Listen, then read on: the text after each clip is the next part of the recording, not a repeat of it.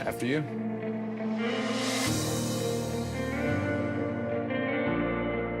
You're Auden, right? Scholarship to DeFreeze. How do you know all this stuff about me? Can I let you in on a secret? Nobody's a stranger in Colby. This was an interesting movie because both of your characters kind of had to get through something really important. Can you guys both talk about that separately, about your character and their kind of journey?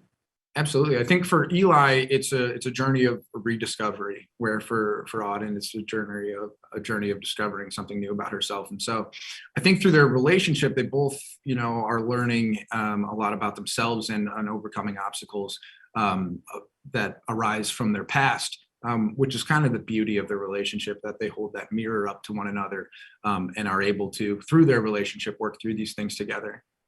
Yeah, I think Auden is incredibly strong and she's independent. There's a line at the kind of in the middle of the movie where she says that she's not someone, also as a child of divorce, she says she's someone who's not really affected by that.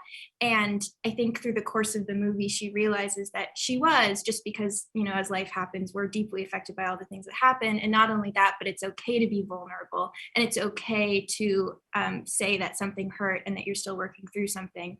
And the willingness to be vulnerable in front of other people, I think, is a lot of her journey. And then also learning how to fail and make mistakes and fall in love and be brave. The vulnerability, yeah, they both kind of learned that, right? I mean, that's kind of, everybody really has to learn that at some age. Yeah. So when you were reading the script, though, the characters that you got, did you see some of yourself in either of these characters, or what did you think about the script when you first were reading it? I felt deeply connected to Auden when I first read it, to the point where I remember well before I auditioned at all, I ran into my roommate's room saying, like, this is the first time I've read a script in a really long time that I felt so deeply connected to, and a part I felt so deeply connected to. I'm definitely a perfectionist like Auden is, and I'm fearful of making mistakes, and at times that's been at the expense of trying new things.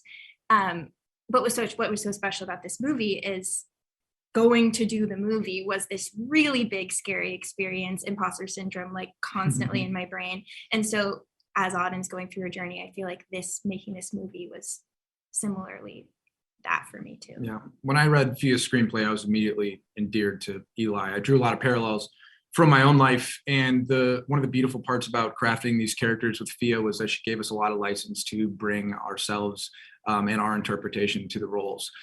So her screenplay was massively informative for both of us in character direction. But I felt very connected to Eli, and I felt like I understood his plight, and I felt very quickly that I could put myself into his shoes. So, that's a gift, not something that I've done in the past, bringing so much personal parts of myself to a role, something I may choose to do in the future. But in this case, it felt right. And with, Fia's direction, it was very rewarding. And Emma, for your character as well, she kind of had to learn how to kind of read or relate to her parents a little bit. That's kind of a maturing thing too, but can you speak more on that journey? Yeah, absolutely. I think Auden growing up was treated like an adult. When they had the divorce, it's sort of like, here's the information and you can handle it. She was expected to be able to not only sit in a room with adults, but hold her own, be able to participate in the conversation. And I think Auden loves that, and she's really proud of that fact, but at times it was at the expense of her being able to be vulnerable and, make mistakes and messy, like being a child. And so I think that started with a relationship with her parents, but it kind of spread out into all of her life, including her friendships or lack thereof, romance, lack thereof. And so going to Colby, she's like, wait a second, the way I relate to my parents, not only can that shift? Can I work on communicating with them? But also it doesn't have to be like that with friends and at work and on the beach, This movie made me want to be at the beach. Was it great to be on the beach as I mean, how wonderful is that you're setting? Well, she's from Los Angeles, so you probably grew up going to the beach all the time. We have a beach in Chicago, but it's not really, we don't really treat it like a beach.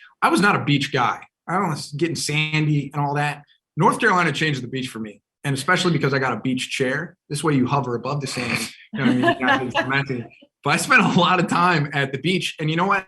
The night swim scene that we did, like changed everything for me. That I was was like, if so I can fun. be in this water and it's this cold and it's pitch black, and I can be performing at the same time, like I'm good at the beach. So now I go all the time. I love it. I mean, what could Sign be me better? up.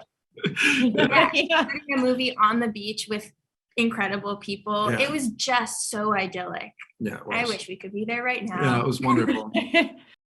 So I really liked this role because, you know, I have little ones. So it really was like, I relate to that. I relate to that. Oh, good. I'm so glad because you know what was so crazy for me was that I've been a real stepmom for about 11 years, but I have yet to have a little. So I was like, I know how to be a step. Like I know the reason why I took this role was because I felt so aligned with Heidi. I've had so like the first time I met Jasper, that first experience was a huge kind of the reason why I played Heidi the way I did was because of this first meeting with Jasper. I met Jasper and I was like, hi, I'm Kate. It's so nice to meet you. Oh my gosh, I'm so happy to be like, you know, and it's like became this like heightened spazzy version of myself because I just honestly, I just really wanted to be liked by her and like wanted to do well by her. And I think that's ultimately like where Heidi comes from.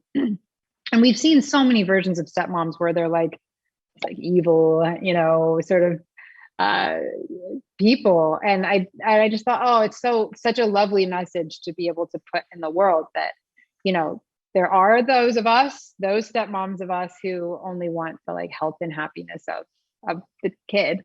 But the thing I hadn't experienced was a newborn. So I'm so glad that you said that I did a good job with that. You did a great job. I was like, oh man. And I was like, okay, if the, you know, Emma's character doesn't pick up the baby and hold the baby for her to take a shower, then like she hasn't learned. But yes. I did love how you played the stepmom because it was a good thing to show it in a really positive, a positive way. I thought that was a good, for some reason, I don't know why Hollywood has ever put a spin on stepmothers, but it can be a really beautiful bond between the child. Oh yeah. And like I'm so close to Jasper's biological mom, you know what I mean? So like those moments really resonated with me between myself and Andy McDowell. And like, you know, I suppose because of the sort of stepmom tropes, like we are the closeness within a family like that is a little bit unorthodox, but it's like all I've known, you know what I mean? In terms of parenting was figuring out what the best situation is for the kid. And like, you know, anything that's like your own stuff, like needs to be put aside. It should be put aside. What else do you feel like she really needs to learn, her character? I mean, she really has to figure out how to connect, you know, with the husband. Yeah, whatever. I think just like communication, that's probably like a very important lesson for all of us in all relationships. At some point we've you know, learned how to figure out how to communicate well. We try to.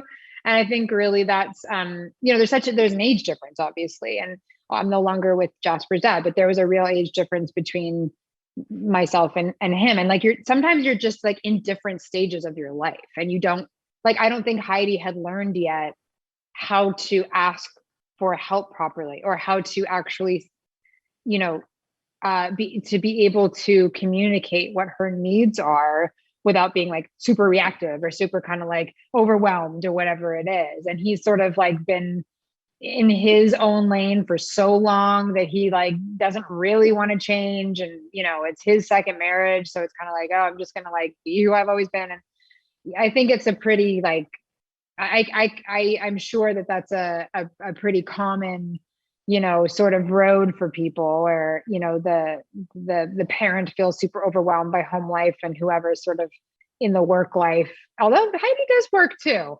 You know, yeah. she's just with like selfish guys. Like Dermot, when we were working together, he was like, oh my God, people are going to hate me in this. He's like, I think when he read the scripts, we often read scripts. We're like, okay, she's holding a baby. Okay, I have to come in now, whatever. Okay.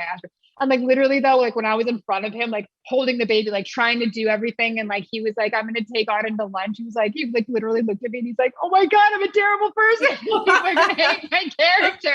And I'm like, yeah, they are. And they're going to feel really bad for me. I did. I felt it. I felt it. I knew. No, he was cringing. Like at every moment we cut, he was cringing. This is my chance to figure out who I want to be.